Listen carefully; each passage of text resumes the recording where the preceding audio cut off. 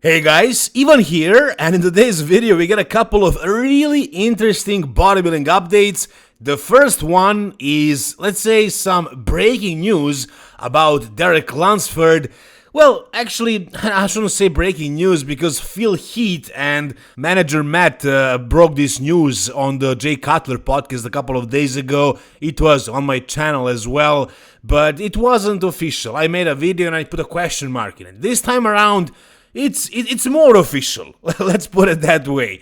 So Derek Lunsford seems to be actually doing the Pittsburgh Pro, as we all kinda knew, kind of expected. It was pretty obvious a couple of days ago, but now it's pretty much official. Let me play this for you guys.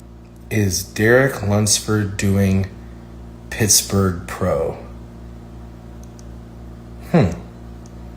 Alright, it seems like he is actually doing the Pittsburgh Pro. It's awesome to hear this. I mean, he didn't really say, I'm doing it, but yeah, this story tells you everything, come on. If I'm not mistaken, I think he did something similar earlier this year prior to the Arnold Classic. At first, he wasn't like 100%, he was kind of teasing it, and then he announced it, he said it, so... yeah, I mean, it's pretty clear. He's doing the Pittsburgh Pro for sure. And what you're looking at right now is not recent. This is from his Arnold Classic prep, I believe it's 2 weeks out.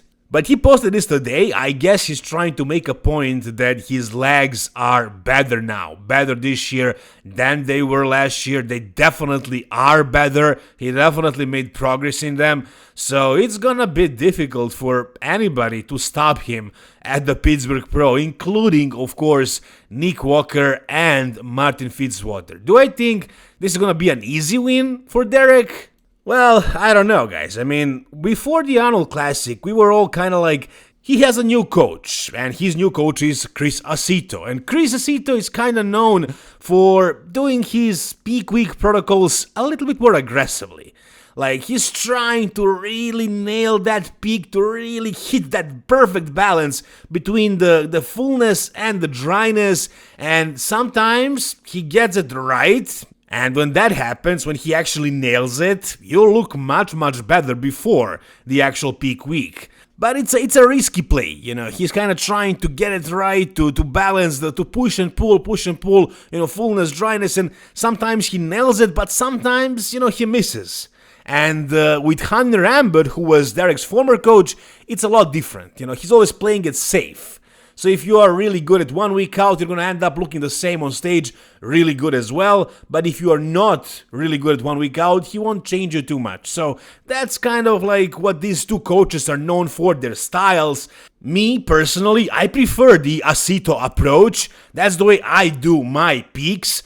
I really try and make you look 30% better at a show than you were at 1 week out. And I don't really fail because I never really work with top level athletes. The guys on the amateur level or like close to pro level that I work with, like they are not that easy to pick. It's much more, I guess it's much easier compared to these top open guys. So I understand what Hani's approach is, but I prefer the Aceto approach. And by the way, guys, if you need a coach and you want to hire somebody who is very much available and really devoted to you, not too expensive like these top coaches, you can hire me. Just go to my Instagram account and DM me over there, we can talk about that. Anyways, it was a question mark whether Derek was gonna peak for the Arnold. However, he did. He peaked really well. These guys nailed it. But is this peak week repeatable? I would say no, because I know that Aceto is checking out these guys every couple of hours. That's how it works. You push, you pull, you try to get that perfect look on that one day, that one moment on stage. You either get it right or you don't, and they got it right for the Arnold Classic. But that does not mean that they will nail it for the Pittsburgh Pro as well. So I would say that there is a possibility of Derek failing with conditioning. You know, that's never a guarantee, but in this case I think it's less of a guarantee as it would if Hani was prepping him. But there is one thing that is for sure, Derek did improve the size of his legs, especially quads, and I would say he progressed in the upper body as well. So he definitely has that going for him. Even if he is not 100% on, he is still going to be better than he was last year at the Mr. Olympia, and Martin was really on. at a Mr. Olympia last year, and he still couldn't beat Derek. But, Martin is also going to be better. So, I don't know. That might be a good call-out, a good battle. However, I do think Derek is going to be beating Martin. I don't think Martin is going to be that much better, and I don't think Derek is going to fail that badly with conditioning. Then we also gotta consider that Derek already won the Arnold Classic, so how much drive does he really have to win the Pittsburgh Pro as well? Maybe he kind of emptied his gas tank by winning the Arnold, and maybe he's not going to be 100% focused on this prep as he was for the Arnold, because at the Arnold he was kind of doing a redemption. After placing third at Mr. Olympia, he was really driven, really focused. He really wanted to, prove himself all over again. He accomplished that, so I don't know if he's going to be able to really push through this, basically another prep. Prep after prep like this. It's going to be very difficult mentally, so who knows? We'll see if he's going to be able to actually peak again, and if he actually peaks really well for Pittsburgh, will he be able to peak super well for the Mr. Olympia? Maybe he's not going to go for 100% peak at a Pittsburgh Pro. That's also something to consider. Then there is another factor, and that's the factor of Nick Walker, who, never beat Derek Lunsford so far, but he is hungry, man. He is hungrier than anybody in this show. I mean, Martin is qualified for the Olympia. Derek is qualified by winning the Mr. Olympia, but also he just won the Arnold Classic. Nick is the one who has the most to prove. And Nick is good, man. He's really good. So, I don't know. I believe Nick is going to bring something special.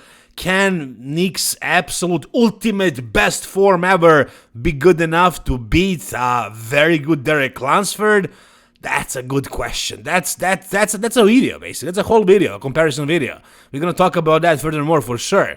But you guys tell me, what do you think? Anyways, what we know for now is that Derek is doing the Pittsburgh Pro. He kind of messed up Nick's and Martin's plans, I would say, most likely. I'm sure they're not happy hearing about this. In all likeliness, Nick is gonna have to do more shows to qualify for the Mr. Olympia. It seems like that. That's what the odds are. But you never know. Maybe actually Nick ends up beating Derek and Martin, or maybe Martin ends up winning, beating both of these two guys. You never know what these guys are gonna bring. But as of right now, I would say Derek, Nick, and then Martin. That's my opinion. Whatever you guys think, tell me down below. But one thing is for sure, and it's really awesome. Pittsburgh Pro 2025 is going to be an awesome show for sure. Alright, the next update we got for today is a new physique update from Good Vito at 4 weeks out of Arnold Classic Brazil.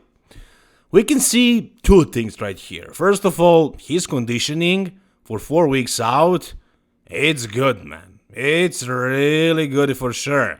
He is definitely shredded pretty much already. There are cross striations on his glutes right now, and his coach is Chris Vito as well. For some reason, he didn't tag him here or in his previous physique update, but he tagged him in the one from 4 weeks ago. So I think these guys still work together, and if they are, like I said, with Chris Vito, if you are this conditioned 1 week out, you're gonna be shredded on stage. Chris Vito really knows how to dry these guys out and fill them up. So if this is his conditioning right now, he could be, in my opinion, ready for stage in 1 week, after one peak week, in my opinion. But there is 4 more weeks to go. Is he gonna get more shredded than he is right here? Maybe a little bit, but I don't think he really needs to. He's doing the Arnold Classic Brazil. I don't know who else is doing that show. Are there any big names doing it as well? I'm not sure. Maybe somebody is going to jump in, but as of right now, he is definitely the heavy favorite. And, he's over there in Brazil. He's sponsored by a Brazilian company. So, I think he's going to win the Arnold Classic Brazil, and he looks phenomenal right here. Now, the other thing we can see is Good Vito's biggest flaw, and that would be his back, obviously.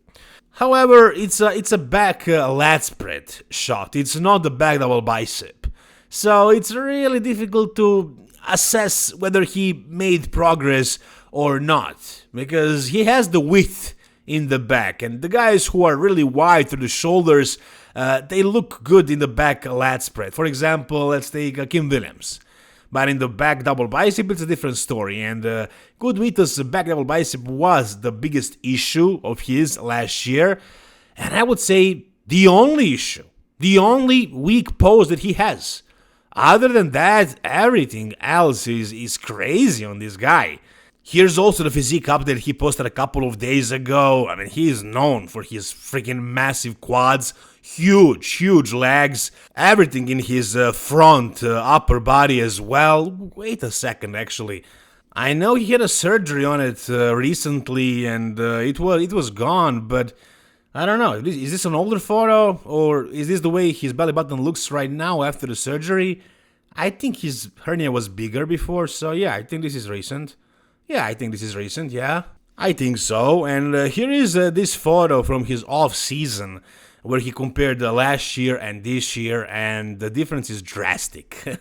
It's completely out of this world how much progress he actually managed to make at this point in his career. You know, he's not gonna look the way he looked last year when he went against Martin Fitzwater at a Detroit Pro, or against Rafael Brandao and Antonio Burton at the Arnold Classic Brazil last year. Good Vito is going to be completely different in 2025. Back to his back lat spread, you know, overall he looks bigger, he looks thicker for sure. The back right here looks pretty good. I'm wondering what it looks like in the back double bicep, but that back double bicep is basically the only thing, and the only thing that probably prevented him from winning the Detroit last year against Martin Fitzwater. You can see it right here. Check out Good Vito's back double bicep. It's just, you know, very shallow in the lower. I'm just joking. He's not in the pose here. Check out this one instead. Better, but not that much better, to be honest. I mean, Good Vito is still very weak in that back double bicep. From the front, you can even argue that he beat Martin. At the Detroit Pro, of course, Martin progressed significantly later on for the Mr. Olympia or the Prague Pro, and he's going to be much bigger this year, that's for sure. He put on a lot of muscle as well. So I don't know, between these two guys, I think Martin is still better, but Good Vito's back double bicep last year was a disaster. It was really weak, really shallow, really flat. He had no back, basically. You know, in the back lat spread, when he opens up the lats with his shoulder width, with the width of his back, he looks good. But the back double bicep, huge issue. So we'll see how much he progressed in that area. Here's a photo from his off-season, like 2 months ago, less than that. But here, it looked like he grew overall. You know, the back just looks bigger, the arms, the shoulders. But the lats are still, you know, very high inserted. There's just not a lot of meat in that lower lat area. I guess his back is always going to be an issue. I mean, like I said, all the new pros have trouble with their back and they develop it a little bit later. And I'm sure Good Vito will as well, with time. But I think his back is always going to be an issue, especially his back double bicep. As far as the back lat spread, it looks very good. Conditioning is spot on. Even with that flaw, I do still think he's going to win the Arnold Classic Brazil, qualify for the Mr. Olympia, and actually do really well. I do not see him, like, you know, cracking that top 5, top 6, maybe top 6. I don't know. I mean, Nick is there as well now. Who knows who else? The lineup is really deep right now, so I don't know how well can he do, but, you know, I can definitely see him in the top 10 of the Mr. Olympia. No doubt about that. What do you guys think? Tell me down below. Alright, and finally, we got one really awesome physique update from Terence Ruffin, most likely the winner of the Pittsburgh Pro 2025. The guy that is also talked about as the future Mr. Olympia, the next Mr. Olympia in classic physique.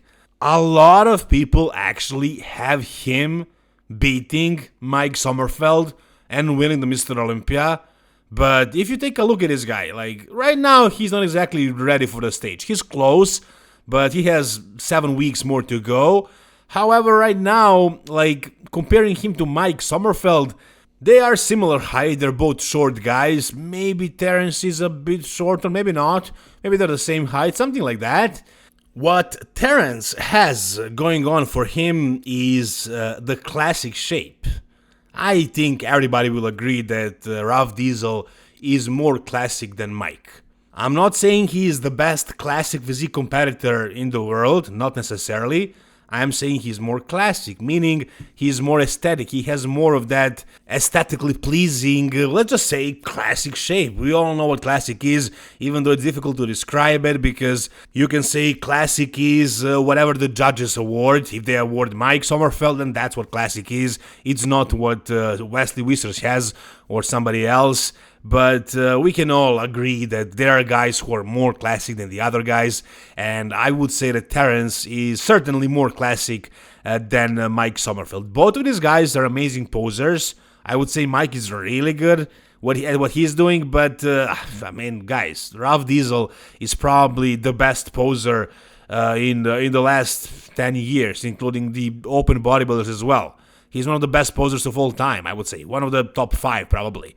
So he has that going on for him. He has the shape. What he also has now is the size. He definitely put on more size in the last off season he took. Before, he was definitely on the smaller side, especially being compared to Chris Bumstead. But even then, he placed second at the Mr. Olympia, and he won the Arnold Classic. So he took some time off, he put on more muscle, and he's definitely bigger now, but he didn't ruin his shape. No, his shape is still very, very good. So with his posing, with his shape, with the new muscle he made, he is definitely one of the top contenders. Not my favorite, personally, no. Honestly, I was really impressed with what Logan Franklin brought to the Arnold Classic stage. A taller physique, definitely very, very extremely classic. That conditioning, that peak, I loved it. I would like to see Logan Franklin win the Mr. Olympia, but that's just me, my personal preference. If I'm being objective, I definitely see Terence Ruffin as potentially the top 2 guy. With the size, with the shape, and with the posing and everything, and with his past placement, second to the Mr. Olympia, I think he has a really good shot at the title. But as far as the Pittsburgh Pro, yeah, I see him winning that show pretty much for sure.